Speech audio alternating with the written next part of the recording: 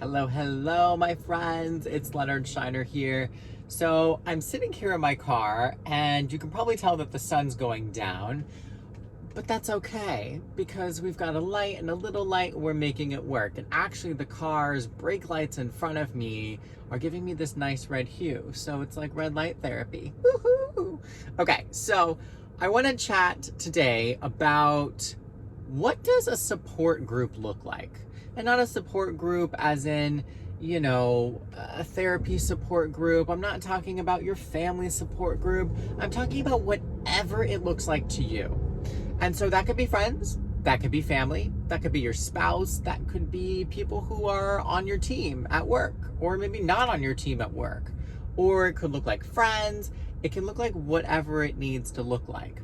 And I'm asking you this because when we come up against challenges, and let me know in the comments that I'm not going crazy, but we will always come up with challenges. Is that not right?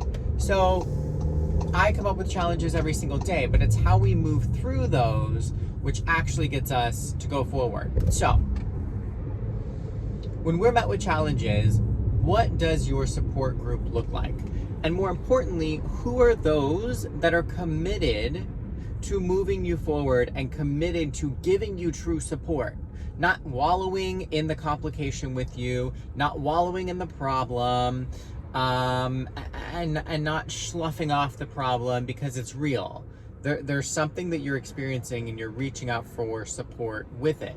So rather than, someone just brushing it off or sitting there with you, but who is your group or person or persons that are going to help get you out of that rut that you're in, that problem, that moment. I'll call it a moment because it should really be a moment. And now sometimes moments are a little bit longer or shorter depending on what the issue may be. But the point is that you have a dedicated group of people that are there supporting you throughout this. So in some circles, in some corporate environments, they pair you with a mentor. Maybe they pair you with a buddy. Maybe, in school you always had, the people sitting at your table, right? If your desks were in clusters. But in our adult life, and more importantly, in entrepreneurship, we often are lone wolfing a lot of this stuff, right? We don't know why our funnel's not converting. Oh my gosh. I don't know why my ads aren't performing. Oh my gosh. I don't know what service to offer. I don't really know. I know who I want to help, but I don't know how to help them. Or I know what I want, but I don't know who the best fit is for that, right? All of these questions come up. And who do we turn to? Because if we keep turning to ourselves, that's a closed loop, right? And we want a loop of information because it means that we can have ideas, get feedback, and have it come back, but we want a feedback loop versus just remaining in our own head, because then we're going to be stuck within our own thoughts.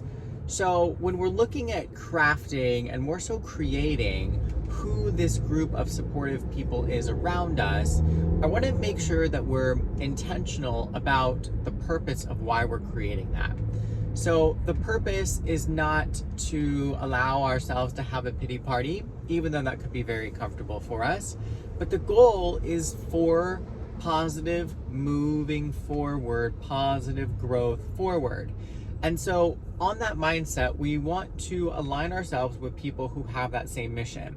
And this is typically a reciprocal relationship that we can be in. I know that for myself, Ashley is someone that I can count on for just that. Now, if it's let me phrase it this way. So this is not just purely about fitness. This is not just purely about our business.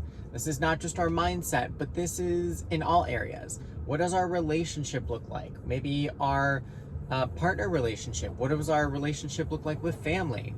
Right? There's so many different dynamics that we can have in the terms of relationship. What about business? Is this current clients that we might be having issue with? Is this new clients, as in to-be clients, right? Maybe they're just prospects at this point. Maybe this is with vendors, right? What about our vendors? Do we have problems there? So you can look and have support across many different areas of your life, your practice, your business, your fitness, right? Maybe it's not about, in the fitness side of things. Maybe once you get there, you're great, you're good to go. But it's like, how do I engineer myself so that I'm constantly showing up for myself? Maybe it's an accountability support partner, right? So I'm going to leave it to you, and I'm going to invite you to audit what type of support would be helpful for you.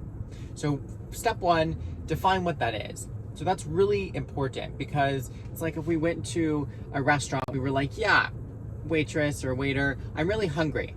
Okay, great. But that doesn't let them know what they need to bring you, right? So define what type of support is helpful for you.